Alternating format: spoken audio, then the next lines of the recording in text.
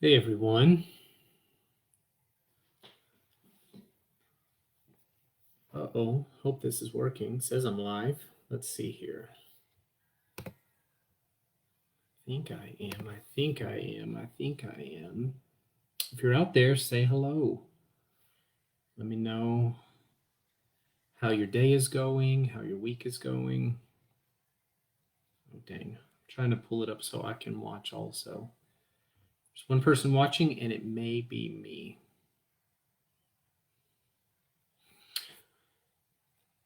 Happy Thursday. I had to pause and think for a minute, like, what's today? Oh, Kyle's here. What's up, man? I'm glad you're here, Kyle. Let me give it just a minute while others jump on, and I'll get going in just a minute here. Kyle, how are y'all, man? Are you getting settled in? You know, how's Kaylee's job going? What do the kids think about the big change? Did you bring any of your Christmas stuff? Get all that set up?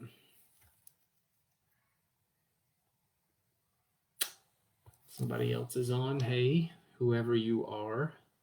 But this is Sext, which, always makes us giggle because apparently sext means multiple things and needs to be disambiguated. And at first, we had toyed with the idea of calling it Sex with a Pastor. And then we thought, that's a little too, like, we're already pushing it by calling it sex, which is just the Latin word for the midday prayers, right? But then we thought, no, we're probably pushing it way too far. And in fact, that would be, yeah, I agree. So wisdom prevailed over our junior high selves, at least in that moment. Well, we're a couple minutes in here. I wanted to talk about a topic that I'm pretty interested in, and that topic is post-traumatic growth, PTG. As many of you know, I'm in the midst of doing a master's degree at the School of Social Work down at UT, and we often get to pick what topics we're going to research for a class. And usually I do something related to systemic exploitation and oppression, primarily kind of in the financial world. But for this semester, I said the research paper I want to write on is post-traumatic growth, PTG. We are kind of a pathology or deficit focused society. Look, we've got this huge DSM. Look at all my tabs. Just focused on pathology, just focused on deficits, just focused on what's wrong. And there's nothing in here about post-traumatic growth. What are the markers, right? This tells us the markers of how we're messed up. This doesn't tell us any markers of growth or what we're doing well or how to grow, things like that. So we are a deficits and a pathology focused society. And so I thought, I want to focus on something else. I want to focus on PTG, post-traumatic growth, which it turns out is a pretty undeveloped field so far.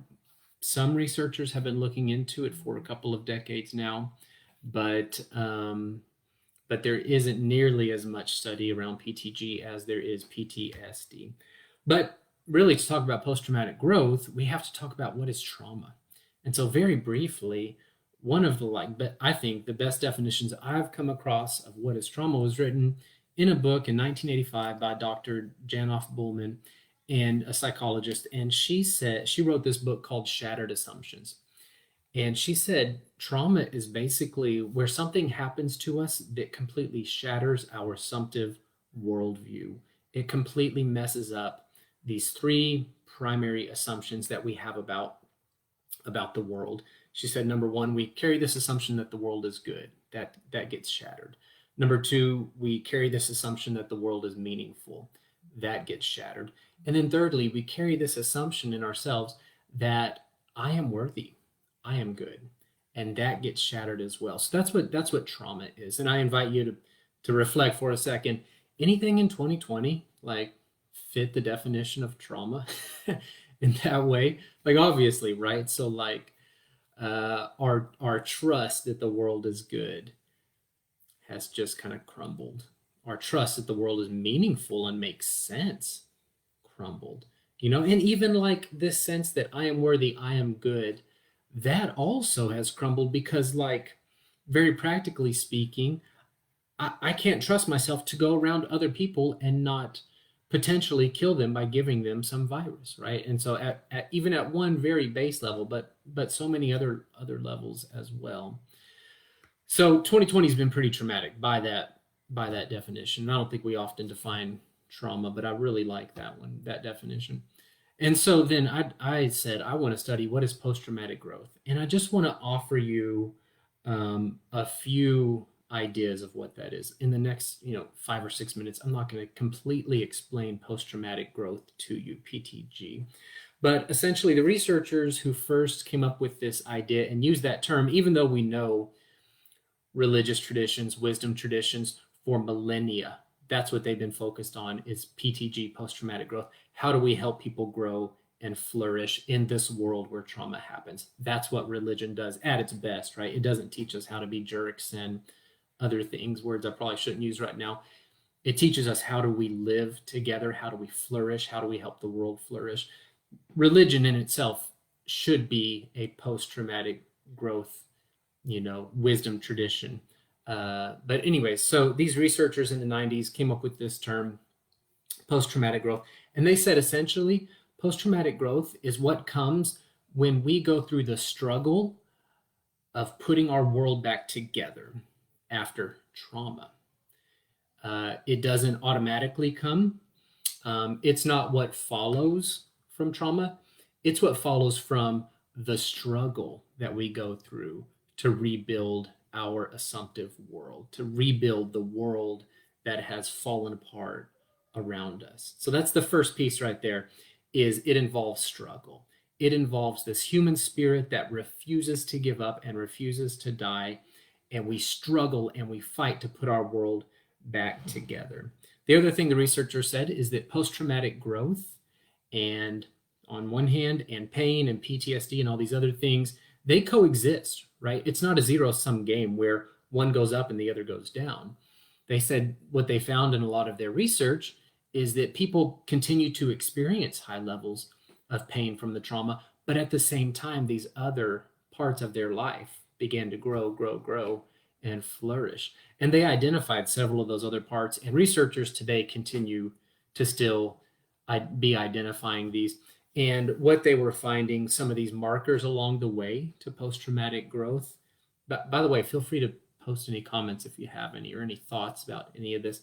But some of the markers that you're growing following trauma, following a year like 2020, you're growing when you see some of these things, when you see a new sense of gratitude in your life. This was one of the things that marked those who experienced post-traumatic growth versus those who didn't. And they have academically, statistically significant assessment tools to measure this, by the way, called the post-traumatic growth inventory. Anyways, when you see people with a new sense of gratitude in their life, when you see them beginning to live with new intention and meaning, then that's a marker that they're on the post-traumatic growth path. Interestingly, when you see people beginning to rely on those around them and their social support network more than they did before, the researchers knew this is a person that's experiencing post-traumatic growth. They've, instead of isolating and instead of getting cut off from community, they've moved toward community. And these are symbols or signs or markers of growth, improved relationships, new ability to communicate what's going on with you, new ability to talk, to access, that emotional side of who you are. The researchers said these are signs of post-traumatic growth. New sense of power, personal power, new sense of like, I'm stronger than I was before. More self-reflection, more vulnerability, increase in compassion for fellow sufferers. I see we have people coming and going. Just for those just jumping on, we're talking about post-traumatic growth, or what does the research say about, what does it look like to grow following trauma, not just to fall into PTSD, post-traumatic stress disorder, or to live with that pain, but what are some of the markers that the research says show that you are experiencing growth? And I wanted to lay these out there as well because I think as people are listening to this, they will identify like, wow, I'm doing some of this stuff in my life in new ways that I wasn't doing before. I'm growing. Thank God somebody can help shine a light on how I'm growing. I was saying a greater sense of compassion for fellow sufferers and being able to look out and see other people are suffering too, and you can empathize with them and have compassion, and that way move out of judging them and move toward having compassion for them. Certainly optimism was one of the markers of post-traumatic growth, and just this sense, not blind optimism, but a realistic optimism that said the world, before I thought the world was all good, and then trauma happened and I thought the world was all bad, and now I live with a more sober, realistic optimism that says I can help make this world a more beautiful place. Hey, Tori, I see you're just joining. I've been talking for like 10 minutes about post-traumatic growth, so I think you'll love it. Go back and give a listen when you get a few minutes.